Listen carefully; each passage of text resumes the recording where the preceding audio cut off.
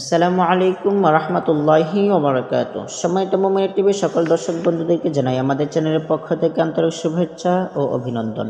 সম্মানিত দর্শক, আমি আজকে আপনাদের সামনে যে বিষয়টি নিয়ে উপস্থিত হয়েছি, এই বিষয়টি হলো কিভাবে আপনাদের রুজি রোজগারে বরকত আসবে। তো সম্মানিত দর্শক, আসুন আমরা ভিডিওটি না টেনে ধৈর্য সহকারে শেষ পর্যন্ত দেখতে থাকি।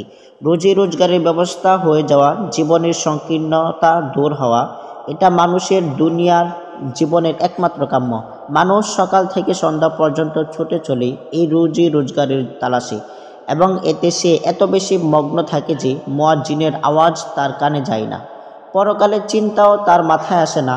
এক ওয়াক্ত নামাজ পড়তে গেলে সে মনে করে তার অনেক সময় তো নষ্ট হয়ে গেল, অথচ আল্লাহ তাআলা ইরশাদ করেন, ওয়া'মুর আহলাকা বিস-সলাতি ওয়াসতাবির আলাইহা লা নাসআলুকা রিজকান নাহনু নারযুকুকা। তোমরা পরিবারের লোকদেরকে নামাজের হুকুম দাও এবং নিজেও এর উপর অবিচল থাকো। আমি তোমার কাছে রিজিক চাই না, আমি তো তোমাকে রিজিক দিই। সূরা তাহা আয়াত নং 132। রুজি রোজগারের জন্য পরিশ্রম করা এটা আল্লাহর বিধান, তবে কোনো প্রকার পরিশ্রম ছাড়াও আল্লাহ রিজিক দিতে পারেন, এই বিশ্বাসও আমাদের রাখতে হবে। এর জন্য ইবাদত ছেড়ে নাজায়েজ পন্থায় আয় উপার্জনের প্রয়োজন নেই। ইরশাদ হচ্ছে, ওয়ামান ইয়াত্তাকিল্লাহা ইয়াজআল লাহু মাখরাজাও ওয়া ইয়ারযুকুহু মিন হাইথু লা ইয়াহতাসিব।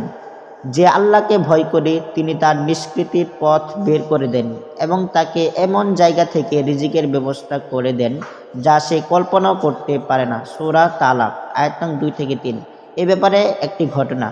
আল্লাহ সৃষ্টিকুলের রিজিক দাতা এবং সকলের অবস্থান সম্পর্কে তিনি সর্বশেষ অবহিত। এ ব্যাপারে ইমাম রাজি রহমতুল্লাহ আলাইহি একটি বিস্ময়কর ঘটনা উল্লেখ করেছেন। হযরত মুসা আলাইহিস সালাম যখন মাইদান থেকে মিশরের উদ্দেশ্যে যাত্রা করেন, তখন তার স্ত্রী ছিল গর্ভবতী। সফররত অবস্থায় যখন স্ত্রীর প্রসব বেদনা শুরু হলে তখন তিনি বিপাকে পড়ে গেলেন। আগুনের উদ্দেশ্যে বের হয়ে নবুয়াত লাভ করলেন, কিন্তু তার অস্থিরতা দূর হচ্ছিল না। এই জন্য মানবহীন পাহাড়ি উপত্যকায় কোথায় আগুন, কোথায় পানি, কোথায় অন্যান্য প্রয়োজনীয় সামগ্রী, তিনি কি করবেন? ঠিক এমন সময় আল্লাহ আদেশ করলেন, হে মূসা, তোমার লাঠি দ্বারা একটি পাথরে আঘাত করো। মূসা আলাইহিস সালাম তাই করলেন। ফলে পাথরটি ফেটে তার ভেতর থেকে আরেকটি পাথর বেরিয়ে এলো। আল্লাহ তাআলা হুকুম করল, তিনি দ্বিতীয় পাথরটিতে আবার আঘাত করলেন। তখন তা ফেটে তৃতীয় আরও একটি পাথর তার ভেতর থেকে বেরিয়ে এলো। এবার তৃতীয় পাথরটিতে তিনি যখন আঘাত করলেন, তখন তা ভেঙে চূর্ণ বিচূর্ণ হয়ে গেল এবং তার ভেতর থেকে একটি ক্ষুদ্র কীট বেরিয়ে এলো, যার মুখে বালুকণার ন্যায় খাদ্য জাতীয় একটি বস্তু ছিল। এবার আল্লাহ তাআলা মূসা আলাইহিস সালাম ও ওই কীটের মধ্যকার আবরণ ছুঁড়ে দিলেন। মূসা আলাইহিস সালামকে কীটের কথা শুনবার এবং বুঝবার শক্তি প্রদান করলেন। তখন তিনি শুনলেন ওই কীট বলছিল, পবিত্র ও মহিমময় সে আল্লাহ, যিনি আমাকে দেখেন, আমার কথা শুনেন, আমাকে রিজিক দান করেন, আমার অবস্থান সম্পর্কে জানেন, আমাকে স্মরণ করেন এবং আমাকে ভুলেন না।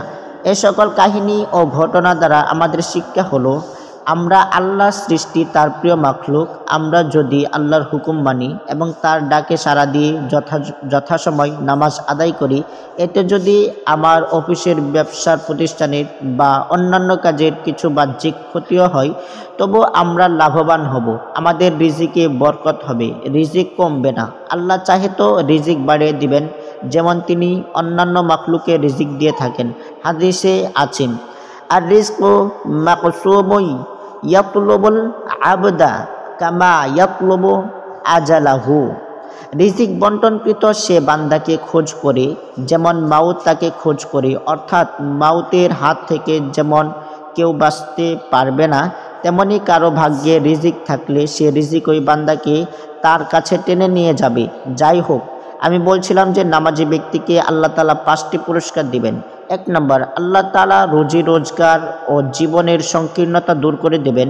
2, কবর আযাব সরিয়ে দেবেন। কবর হলো আখিরাতের ঘাঁটিসমূহের প্রথম ঘাঁটি। যে এখানে আটকে যাবে সে সব জায়গাতেই আটকে যাবে। আর যে এখান থেকে মুক্তি পাবে সে সব জায়গায় মুক্তি পাবে। আমলনামা ডান হাতে দেবেন। 3 নাম্বার, আমলনামা ডান হাতে দেবেন, এটা হলো পরকালে মুক্তি। যার আমলনামা বাম হাতে যাবে সে ধ্বংস হয়ে যাবে। 4, পুলসিরাত বিদ্যুৎ গতিতে পার করে দেবেন। এই পুলসিরাতের নিচে রয়েছে জাহান্নাম। পুলসিরাত 500 বছরের রাস্তা, চুলের চেয়ে চিকন, হীরার চেয়ে ধারালো। এর উপর দিয়ে কোনো কৌশলী পার হওয়া যাবে না। সেখানে এই নামাজই তাকে পার করে দেবে চোখের পলকে, বিজলির গতিতে। 5, বিনা হিসাবে বেহেশত দান করবেন, কেননা হিসাব দিয়ে কেউ জান্নাতে প্রবেশ করতে পারবে না। হাদিসে আছে, রাসূলুল্লাহ সাল্লাল্লাহু আলাইহি ওয়াসাল্লাম ইরশাদ করেন, মান হুসিবা উকিবা, যার হিসাব নেওয়া হবে তাকে আযাব দেওয়া হবে। তো সম্মানিত দর্শক, রিজিকের ব্যাপারে যে আলোচনাটা করলাম, আশা করি আপনারা বিষয়টি বুঝতে পেরেছেন। যদি আমাদের ভিডিওটি ভালো লাগে তাহলে আপনার একটা লাইক এবং কমেন্ট করে জানিয়ে দেবেন আমাদের ভিডিওটি কেমন লেগেছে, আর একটি শেয়ার করে দেবেন। তো সম্মানিত দর্শক, আমি আজকে আপনাদের সামনে এখানে বিদায় নিচ্ছি। আসসালামু আলাইকুম ওয়া রাহমাতুল্লাহি ওয়া বারাকাতুহু।